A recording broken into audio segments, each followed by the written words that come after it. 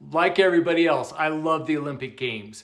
I love looking at the facilities, looking where they train. I love seeing the videos of the chocolate muffins, but I always wonder, how does this work? Where does the money come from? Who puts this whole thing together?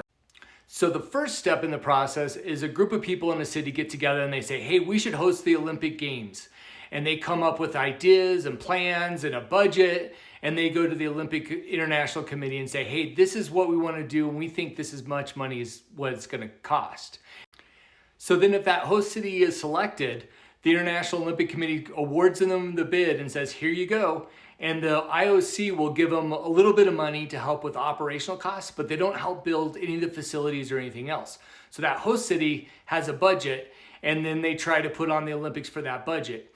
And what I like about this graph that's behind me here is that this is how much money the Olympics have cost each of these cities, and that's in billions with a B. And so you can see Paris was supposed to be cheaper because they were reusing a lot of their existing facilities, but it was still $8.7 billion. And then to the right here, you can see how much of a cost overrun that is. So in Paris, you can see it was 115% cost overrun.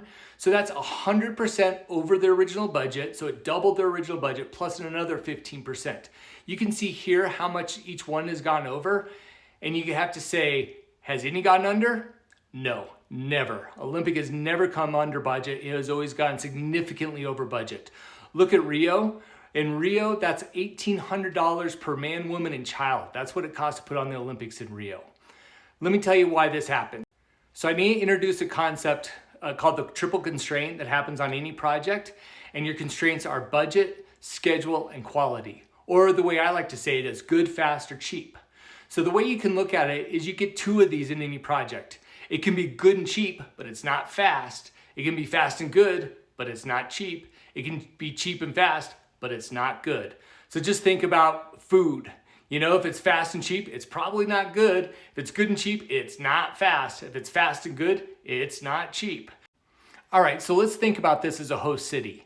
Is it fast? Well, sort of, because you can't move out that date. Once the date of the Olympics is set, it's not moving. So you have to hit that date. So if you run into problems, inflation, construction issues, whatever it is, you can't move that date. So the date's the date, so you can't move that. Is it good? Yes, very good. The IOC is the one who dictates what size of everything is and what the quality of everything is.